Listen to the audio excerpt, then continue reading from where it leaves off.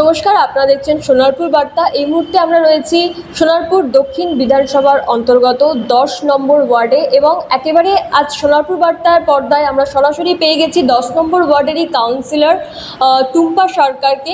একেবারে 2024 লোকসভা নির্বাচনের ফল ঘোষণা হয়ে গেছে এবং সেই ফল ঘোষণা হওয়ার পর আমরা যেমনটা দেখেছি রাজ্যের অন্যান্য কেন্দ্রের মতো যাদবপুর লোকসভা কেন্দ্রেও তৃণমূল কংগ্রেসেরই জয় হয়েছে এবং বিপুল ভোটে জয় হয়েছে বলা যেতে পারে। সেই যাদবপুর লোকসভা কেন্দ্রেরই অন্তর্গত সোনারপুর দক্ষিণ বিধানসভা, সেই সোনারপুর দক্ষিণ বিধানসভার মধ্যেই রয়েছে 10 নম্বর ওয়ার্ড। সেই 10 নম্বর ওয়ার্ডেরই যিনি পৌরমাতা রয়েছেন টুম্পা সরকার, সরাসরি আমরা তার সঙ্গে কথা বলে নেব। প্রথমেই সোনারপুর বার্তায় আপনাকে স্বাগত। নমস্কার। এই যে 2024 লোকসভা নির্বাচনে আপনাদেরই প্রার্থী সায়নী ঘোষ বিপুল ভোটে জয়লাভ করেছে, কি বলবেন এটা নিয়ে, কতটা খুশি? আমরা প্রচুরভাবে খুশি, কারণ আমাদের এই এলাকার মানুষকেও ধন্যবাদ জানাই এবং যাদবপুর এলাকার সমস্ত মানুষকে আমি স্বাগত জানাই যে এত সুন্দরভাবে ভোট দিয়ে আমাদের প্রার্থী যাদবপুর লোকসভার প্রার্থী সায়নী ঘোষকে জেতানোর জন্য। এবং সায়নী ঘোষ যে এত সুন্দর প্রার্থী, আমরা এই প্রার্থীকে পেয়ে খুব খুশি, কারণ আমাদের লাভলি মিত্র মহাশয় আমাদের এমএলএ যে এত ভালো, তার সঙ্গে সঙ্গে আর একজন এমপিকে পেলাম সায়নী ঘোষ মহাশয়কে। আরও আমাদের কাজকে আরও দ্রুতভাবে চালাতে পারবো, সুন্দরভাবে কাজ করতে পারবো, এইটুকু আমরা বিশ্বাস রাখছি। আমরা যেমনটা দেখেছি ওই যাদবপুর লোকসভারই অন্যান্য বিধানসভার তুলনায় সোনারপুর দক্ষিণের ফল কিছুটা হলেও কম হয়েছে বা আশানুরূপ হয়নি বলা যেতে পারে। সেক্ষেত্রে কি বলবেন, কোথায় খামতি ছিল বলে মনে করছেন?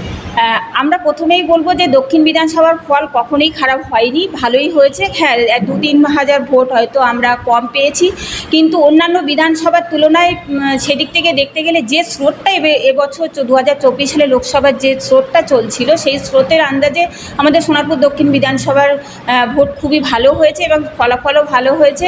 আগামী দিনে যেটুকু খামতি আছে আমাদের এমএলএ ম্যাডাম সমস্ত জায়গায় যাচ্ছেন, পঞ্চায়েত থেকে পৌরসভা থেকে সব জায়গায় যাচ্ছেন এবং বুথে বুথেও বসছেন।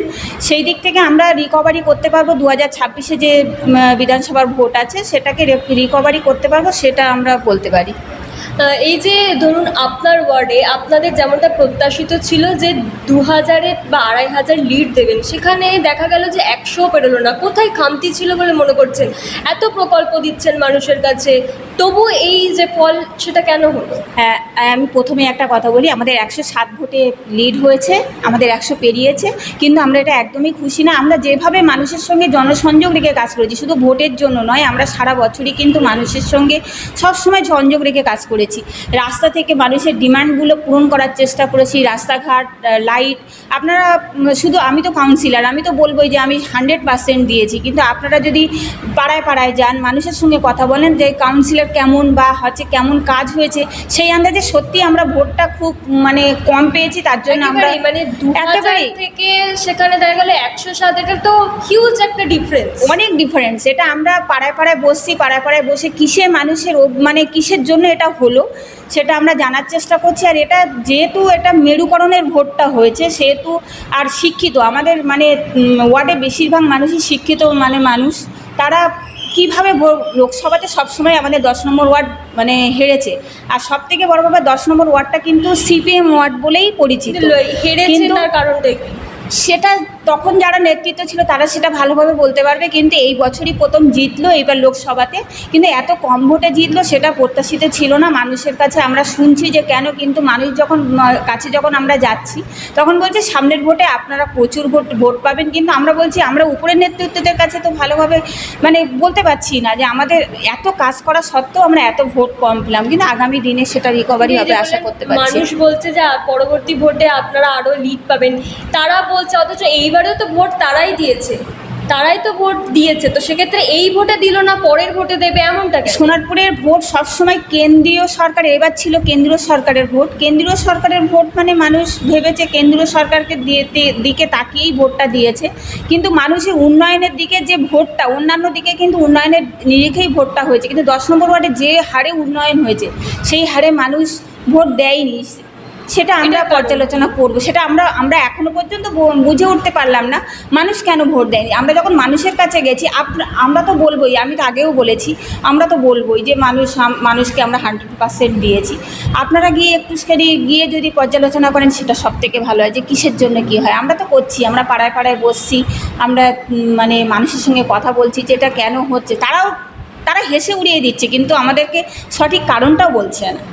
এই যে আপনার ওয়ার্ডেরই মানুষের একটা অভিযোগ আছে যে তারা যে কোনো কাজের ক্ষেত্রে সরাসরি কাউন্সিলরকে পাচ্ছেন না, তারা অজিত বাবুকে পাচ্ছেন অ্যাজ এ সেক্রেটারি আপনার। সেক্ষেত্রে এমনটা কেন হচ্ছে? মানুষ নির্বাচন করেছেন ভোট দিয়ে আপনাকে, কিন্তু কাজের ক্ষেত্রে আপনাকে পাচ্ছে না। এটা তাদের একটা ক্ষোভ বা অভিযোগ বলা যেতে পারে। আমাদের কাছে কিন্তু সেরকম অভিযোগ আসেনি। আমাদের কাছে যখনই মানুষ এসছে তখনই কিন্তু আমাকেও দেখতে পেয়েছে, আমিও পাড়ায় বেরিয়েছি, আমিও মানে যখন যেখানে কাজ হয়েছে সেখানে গেছি।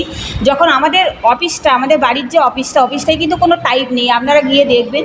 যখন খুশি তখন কিন্তু মানুষ আসছেন, পরিষেবা নিয়ে চলে যাচ্ছেন। তারপরেও মানুষ যদি এত পাওয়ার পরেও যদি মানুষ যদি বলে যে কাউন্সিলরকে পাচ্ছেন, আমার তো কিছু বলার নেই। বিগত দিনে যিনি কাউন্সিলর ছিলেন, কাউন্সিলর আসছে না, কিন্তু কাউন্সিলরের সেক্রেটারি হিসেবে অজিত বাবু তাদের কাছে গিয়ে কাজ করছেন। এমনটা কেন? তারা তো নির্বাচন করেছে কাউন্সিলরকে, তারা তো কাউন্সিলরকে চাইছে। যে সমস্যাগুলো হয়তো তারা কাউন্সিলরের কাছে বলতে চান, সেটা হয়তো তারা যিনি যাচ্ছেন ওনাদের কাছে, তাদের কাছে বলতে পারছে। যারা এই এটা করেছে আপনাদের কাছে যে আমরা কাউন্সিলরকে পাচ্ছি না, আমি তাদেরকে একটুখানি দেখতে চাই, আমি আপনাদের মাধ্যমে বলছি। কারণ আমাদেরকে সবসময় মানুষ পায়, এবং যখনই সাধারণ মানুষ আসে তখনই কিন্তু আমরা দুজনেই বসি, আমরা দুজনেই কিন্তু তাদের সমস্যা সমাধান করি। কোনো জায়গায় কোনো সমস্যা হলে কিন্তু আমিও কিন্তু যাই, আমাকে দেখতে পায় না। এটা কিন্তু আপনাদের মুখ থেকে শুনলাম, আমার ওয়ার্ডের মানুষের কাছ থেকে কোনোদিন আমি শুনিনি। হয়তো আপনাদের কাছে কেউ অভিযোগ জানিয়েছে, আমি একটু অভিযোগ জানিয়েছে, সেই অভিযোগকারীদের আমি একটু দেখতে চাই যে আমাকে দেখতে পায় না। এটা আমি আপনাদের মানে নিউজ চ্যানেল থেকে আমি প্রথম শুনলাম যে 10 নম্বর ওয়ার্ডের কাউন্সিলরকে দেখতে পান না, এবং তাদের কোনো সমস্যায় আমাকে দেখতে পায় না। এই যে এই নির্বাচনে যে আশানুরূপ ফল হলো না, এর পরবর্তী নির্বাচনের আগে কিভাবে কাজ করার কথা ভাবছেন? কি পরিকল্পনা রয়েছে?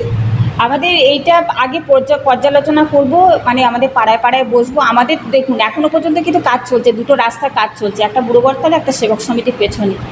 কিন্তু আমাদের কিন্তু কাজ বন্ধ নেই। মানুষের আশার থেকে চাহিদার আগে আমরা পূরণ করে ফেলছি, তার জন্যে কিন্তু মানুষ হয়তো মানে ভোটে এইটা রেজাল্টটা আমাদের দেখালো। আপনারা পর্যবেক্ষণ করবেন, রাস্তায় রাস্তায় লাইট, প্রত্যেকটা পোস্টে লাইট, এমন কোনো পোস্ট নেই যে পোস্টে লাইট নেই। এবং যেখানে যেখানে রাস্তা খারাপ, আমরা কিন্তু আসার পরে আমরা যখন ক্ষমতায় এলাম তখন কিন্তু আমাদের সোনারপুরের 10 নম্বর ওয়ার্ডের অবস্থা কিন্তু অনেকটাই খারাপ ছিল। অনেক জায়গায় রাস্তা ছিল না, লাইট ছিল না, অনেক সমস্যা ছিল, কিন্তু আমরা আসার পরে অনেকটাই রিকভারি করতে পেরেছি।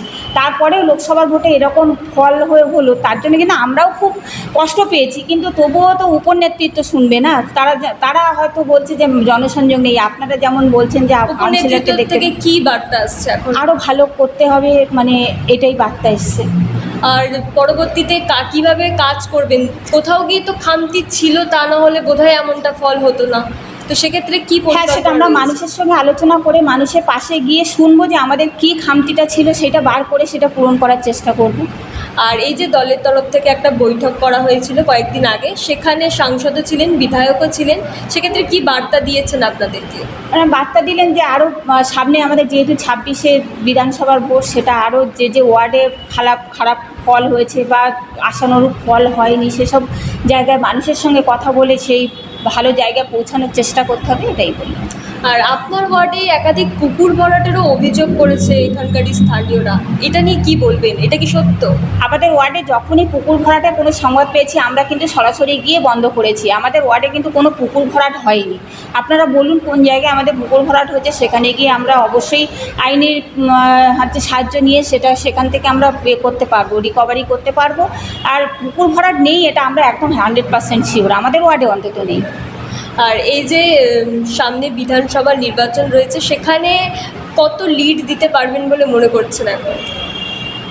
মানুষের সঙ্গে আগে কথা বলে নিই। আর আমাদের মাথার উপরে সবথেকে বড় ব্যাপার, আমাদের এমএলএ ম্যাডাম আছে, লাভলি মৈত্র মহাশয়, উনি আছেন যখন, তখন উনি তো প্রত্যেক মানে বসবেন, মাসে মাসে বসবেন বলেছেন প্রত্যেকটা কর্মীদের সঙ্গে এবং সাধারণ মানুষের সঙ্গেও বসবেন বলেছেন। উনি থাকলে আমরা আরও সাহস পাবো। আমাদের চেয়ারম্যানও আছেন পল্লবদা, তিনিও বসবেন।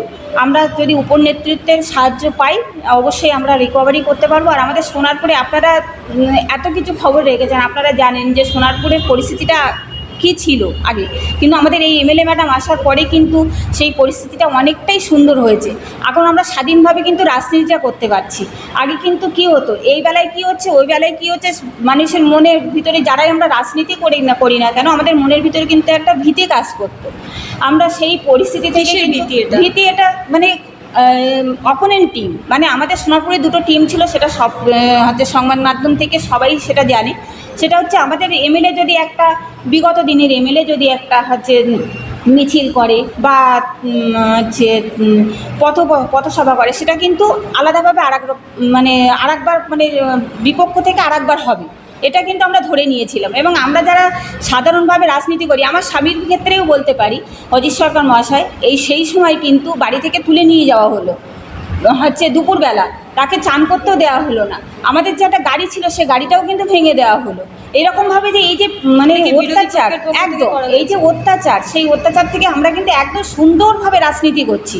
যারা যারা পরিপূর্ণভাবে যে রাজনীতিটা করেন ভালো মুখ, তারা কিন্তু এই এমএলএ ম্যাডামের জন্য সামনের দিকে এসছেন। আমি ওনাকে এরকম একটা এমএলএ পেয়েছি, তার জন্য আমরা কিন্তু ধন্য এবং আগামী দিনেও ওনার পাশে আছি এবং থাকবো বলেই জানি। ধন্যবাদ। আমরা কথা বলে নিলাম একেবারেই 10 নম্বর ওয়ার্ডের কাউন্সিলর টুম্পা সরকার মহাশয়ের সঙ্গে। তিনি যেমনটা বললেন যে কী কারণে কোথায় খামতি ছিল সেটা সাধারণ মানুষের সাথে জনসংযোগ করে সেটা জানার চেষ্টা করবেন এবং পরবর্তীতে যাতে সেই ফল আরও ভালো করা যায় সেই চেষ্টাও তারা করবেন, এমনটাই কিন্তু তিনি বললেন। ক্যামেরায় গৌরবের সঙ্গে ঋষিতার রিপোর্ট, সোনারপুর বার্তা।